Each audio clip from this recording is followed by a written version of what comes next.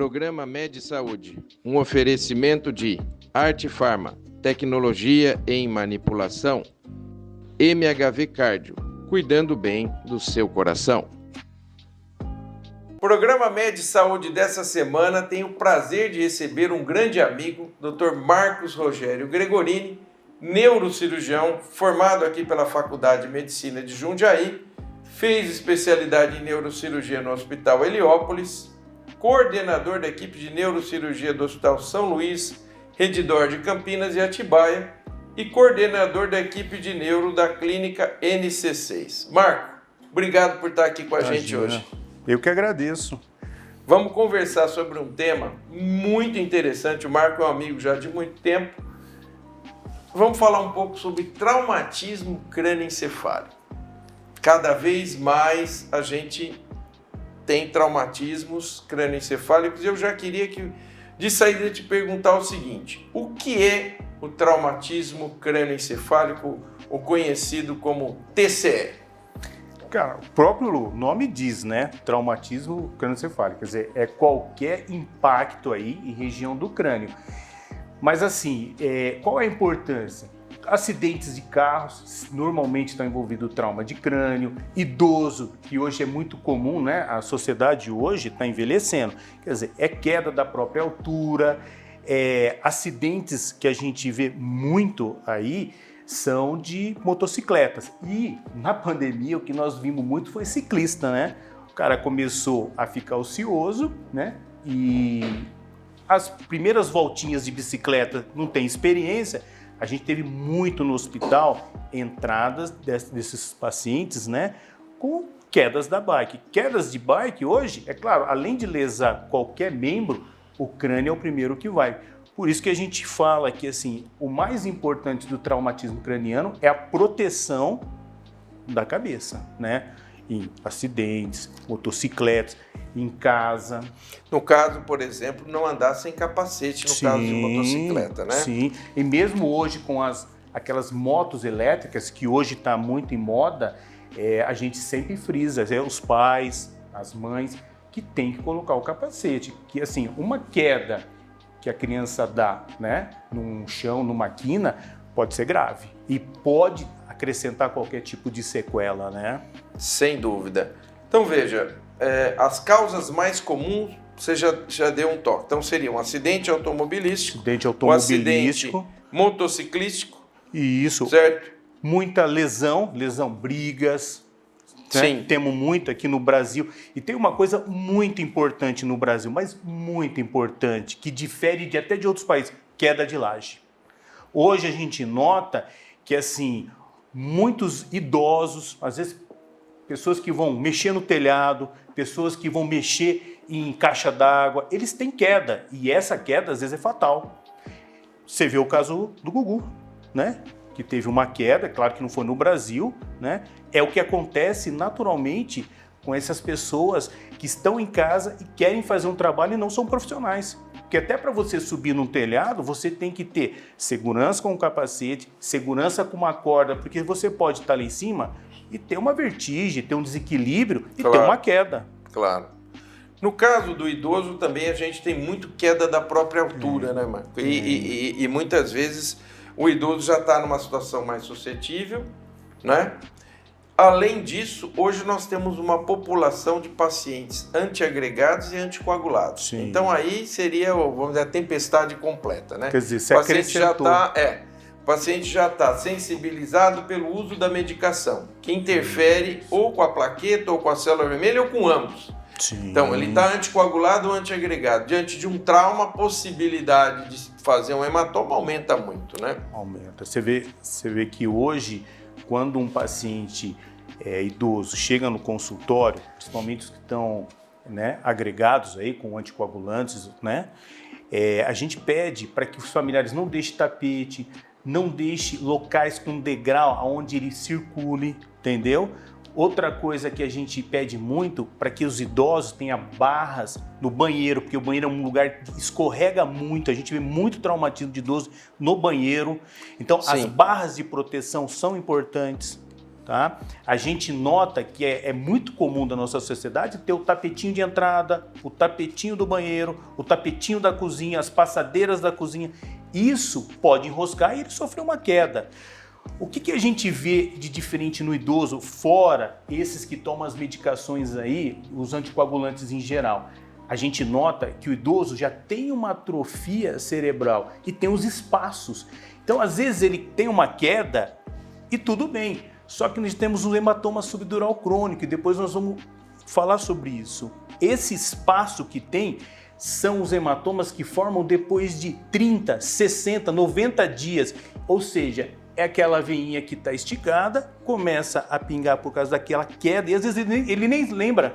Começou a passar mal, começou a não estar bem, chega no nosso pronto atendimento, a hora que você examina, você percebe que algo está errado. E às vezes ele nunca vai falar que teve a queda, porque esquece. Às vezes foi de 2 meses atrás. Exatamente. Entendeu? Ele não consegue relacionar, Não consegue. E esse tipo de hematoma hoje é muito comum no idoso. É mais comum hoje do que até os acidentes mais graves. Os acidentes mais graves nós temos muito com mais jovens, né? Motocicletas, bicicletas, quedas, né? Então, no caso nós teríamos o hematoma intraparenquimatoso, que seria dentro do cérebro. O subdural, que fica entre uma membrana que protege o cérebro e o cérebro ali. E esse crônico é aquele que realmente ele vai formando com um pouquinho. E é vai como se pingasse, né? Todo dia pinga um pouquinho. Exato. E o epidural, que é no trajeto da meningeia média, né? Exato. Que quando bate essa região acima aqui um pouquinho da orelha e com traumatismo aí, esse é uma emergência cirúrgica, emergência né? cirúrgica. Como o extradural, que a gente vê muito em crianças e jovens, né? É aquele que fica entre essa membrana que chama dura mater e o osso, que é um hematoma que expande muito rápido e que precisa dessas cirurgias que a gente fala de urgência, emergência. E aí, para que quem está nos ouvindo possa estar atento, quais são os principais sintomas e sinais de um TCE? Só para quem está nos ouvindo. Sintoma é o que o paciente relata. Sinal é o que o médico vê no exame físico. Sim. Se você dividir o trauma crânioencefálico, né, em 3 partes, nós temos aí o leve, o moderado e o grave. O leve, normalmente idoso, é isso que a gente fala. Ele bateu a cabeça, nem chegou aí para o hospital e de 30 a 60 dias ele começa a apresentar o quê? Dor de cabeça, instabilidade postural, alteração de comportamento. Isso. Perda motora, às vezes começa a não ter o movimento como devia ser, o movimento normal. Aí você começa a perceber um certo déficit, né, de movimento. E em alguns casos, até crise convulsiva.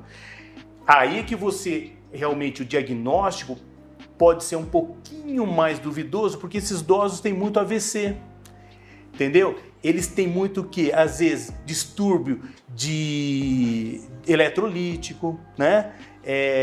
Distúrbio conceptivo, às vezes não está comendo, não está se alimentando. São pacientes que têm, às vezes, um quadro demencial associado. É um pouquinho mais chato de fazer diagnóstico, mas é importante o quê? A primeira avaliação, percebeu? A gente sempre tem a tomografia que, às vezes, a gente faz já de imediato, para tentar descartar essa urgência neurológica. Os traumas moderados já são aqueles onde o paciente realmente teve uma queda importante, que você sabe que ele vem precedido, às vezes, de uma contusão pulmonar, ele vem precedido de uma fratura, entendeu? Essa é a principal via de tratamento que a gente tem que começar a perceber. Porque, às esse traumatismo não é o que vai complicar, e sim, é uma fratura que emboliza, é um trauma com uma ventilação ruim. Então, esse TCE moderado precisa ser observado até em hospitalar, tanto é que a gente tem um protocolo aí de internação de 48 a 72 horas. Certo. São aquelas hemorragias pequenas, tá? Mas que a gente tem que deixar ele em observação para ver se isso aí não vai piorar. E os mais graves são aqueles com contusões gravíssimas, lesões hemorrágicas grandes, né? São pacientes que normalmente já se direciona até para um ATLS mais completo, um ATLS mais... O que é o ATLS? é você ver a parte respiratória, a parte circulatória, a parte de outras fraturas em outras regiões. Aí esse já vai para UTI direto. E muitas vezes já para cirurgia, né? E às vezes para cirurgia, exato. Tanto é que a gente já tem um protocolo justamente para fazer esse direcionamento. Tá. Muito bem. E aí, você estava falando da tomografia. A tomografia é o principal exame, né, Marco? Porque Sim. O que a gente vê ainda Não, eu fui no pronto-socorro, fiz um raio-x, não deu nada. Bom, mas o raio-x vai mostrar se você tiver fratura na calota craniana. Ele não vai mostrar parênquima, ele não vai mostrar cérebro, ele não vai mostrar nada. Sim. Então ele vai mostrar só a parte óssea. Então, muitas vezes a gente vê ainda pessoas solicitando somente um raio-x e liberando muitas vezes o paciente sem uma avaliação por tomografia, o que acaba sendo um erro, né? É ruim, porque o que acontece? Às vezes você vai entrar no hospital, ele pode não ter a tomografia, mas você vai avaliar, primeiro, foi o que a gente falou, pelo tipo de trauma. Segundo, se você faz um raio-x, você fala assim, não é importante, se ele não tem uma outra possibilidade, pelo raio-x você vai definir se isso tem uma fratura. Se tem uma fratura, a gente já viu que o trauma... mas ele não é suficiente, né? A gente viu que o trauma é importante. Se o trauma é importante e você não tem condições ali, aí você faz a transferência para um hospital de um suporte maior, onde você tem que fazer uma tomografia para fazer o diagnóstico. Fez o diagnóstico, aí você vai tomar conduta de acordo com o que tem naquele exame, entendeu? Então, às vezes, você fala assim, não pede o raio-x? Eu acho que se você tem um hospital com um padrão onde você tem todos os exames na mão, você realmente direciona direto para a tomografia, sim, fazendo a avaliação de entrada, né? Eu pergunto para você, Marco, qual o papel da ressonância nessa avaliação? Mas essa pergunta o Marco não vai responder agora. Nós vamos parar um minutinho para o nosso intervalo e na volta o Marco vai comentar com a gente. Não sai daí, nós voltamos já já.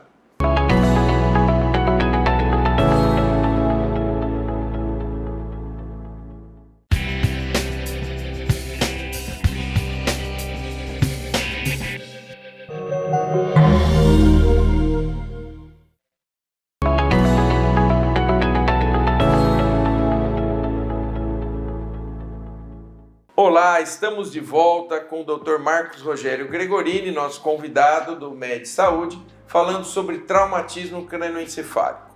Se você está chegando agora, o Dr. Marcos já falou sobre os tipos de TCE, sinais, sintomas, e agora, no final do primeiro bloco, eu fiz uma pergunta. Nós estávamos falando de tomografia. Tomografia é um exame importante, talvez o mais importante para avaliação. Qual o papel da ressonância na avaliação do traumatismo crânioencefálico? Olha, a gente vai dar um exemplo de um paciente que teve um traumatismo craniano importante, onde a gente viu que ele entrou em coma, ou seja, a gente fala rebaixamento do nível de consciência, que no primeiro exame, como a gente tinha dito no outro bloco, né, a tomografia, você não acha nada muito importante, tá? E assim, depois que você fez todo o ATLS, depois que você estabilizou esse paciente, que você sabe que ele está, a gente sempre vê o nível de consciência, tem uma escala que é muito comum para nós, que é a escala de Glasgow, tá? É uma pontuação que nós vamos dar para esse paciente, aonde a gente difere aí entre, que a gente já tinha falado, do TCE leve até o grave. Então, às vezes esse paciente entrou com uma tomografia que não me mostra muita coisa.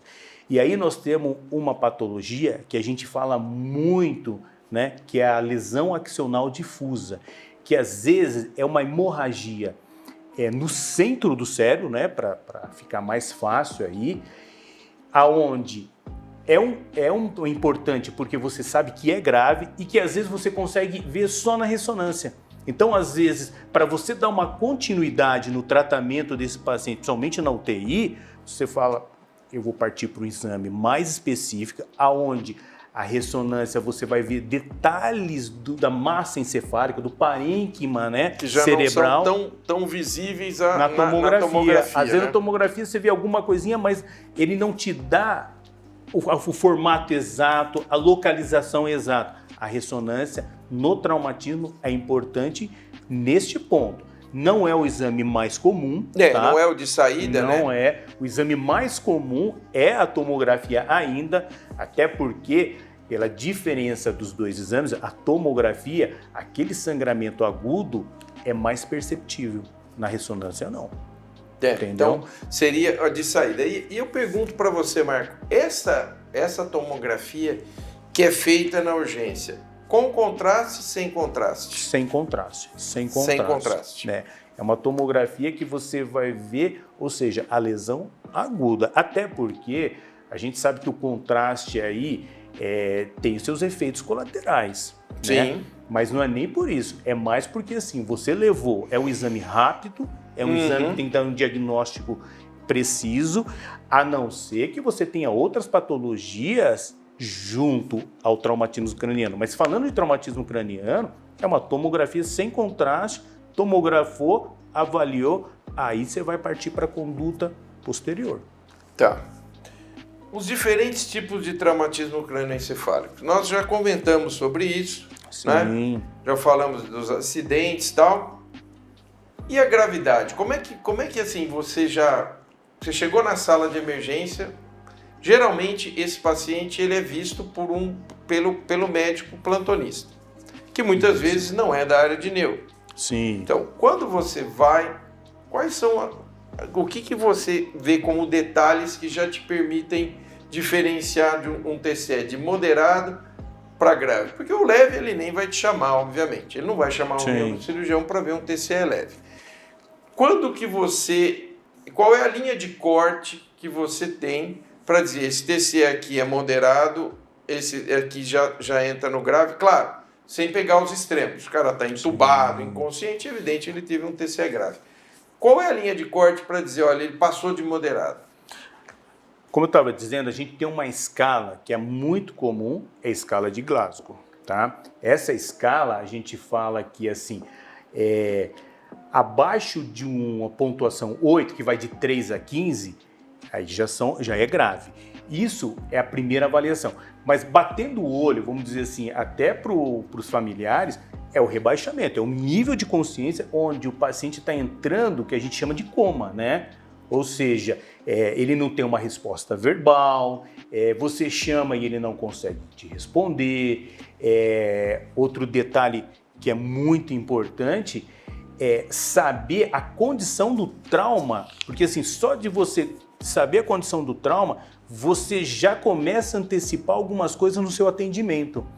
Mas o primordial, assim, que a gente fala que você já observa é o nível de consciência. Então, se essa escala a gente pontuou, ela teve abaixo de 8, a gente sabe que ali já é uma lesão mais importante, uma lesão mais grave.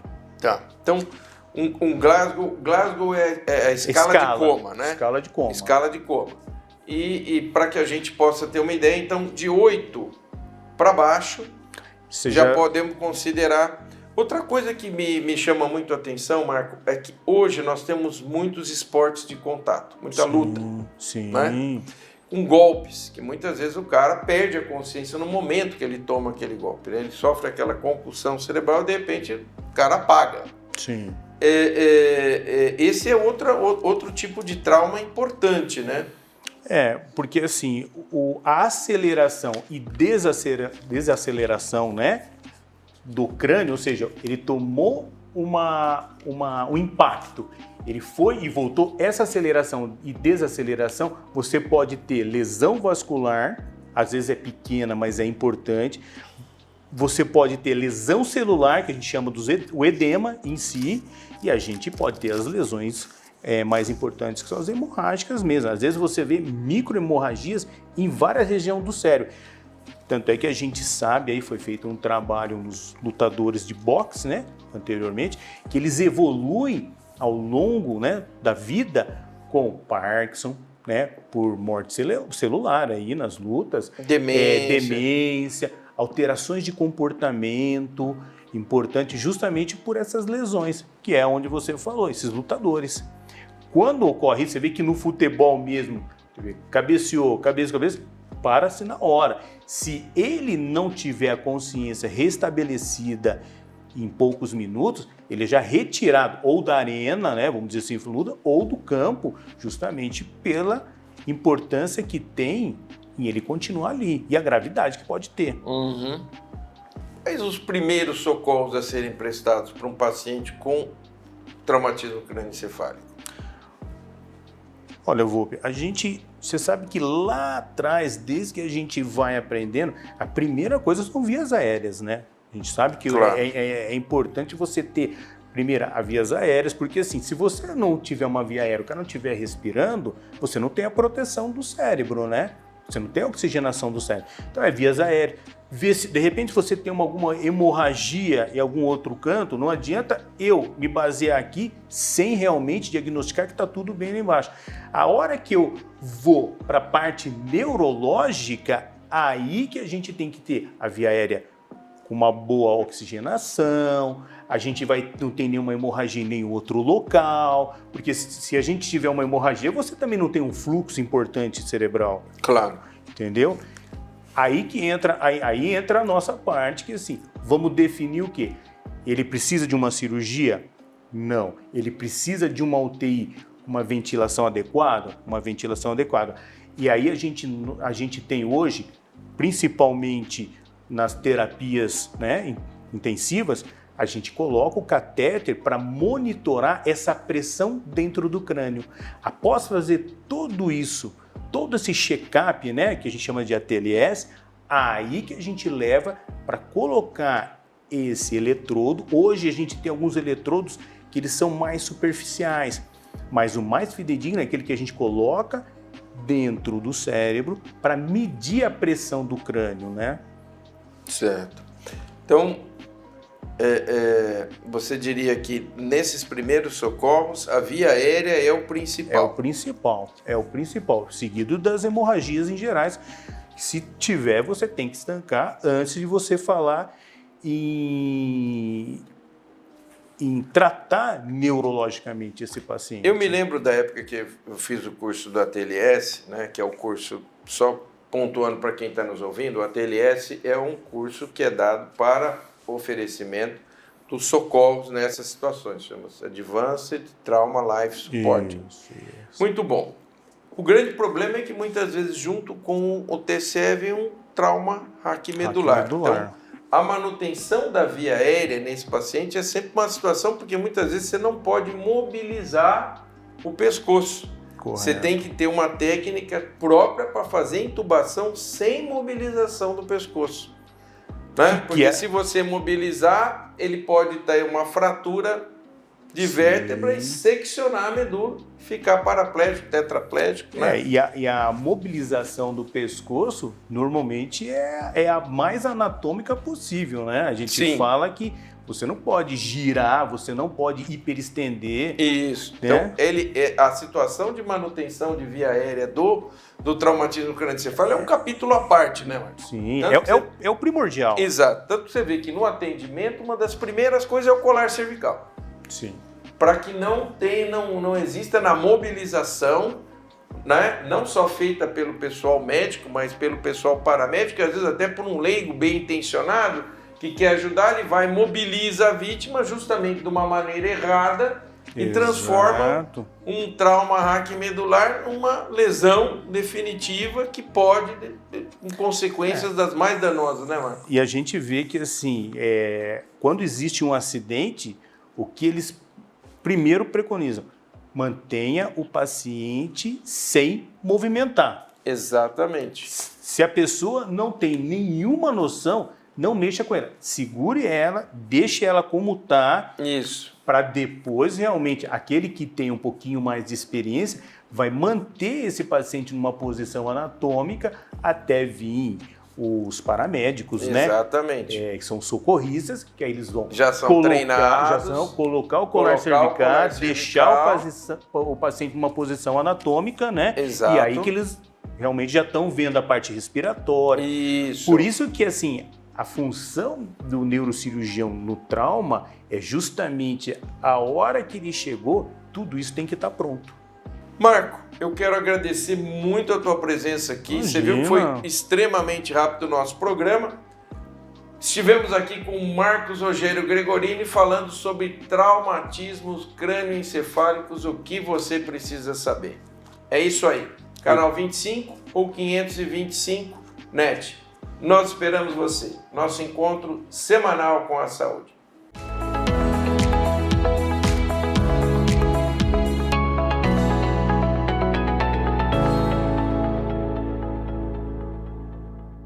Programa Med Saúde, um oferecimento de Arte Farma, tecnologia em manipulação, MHV Cardio, cuidando bem do seu coração.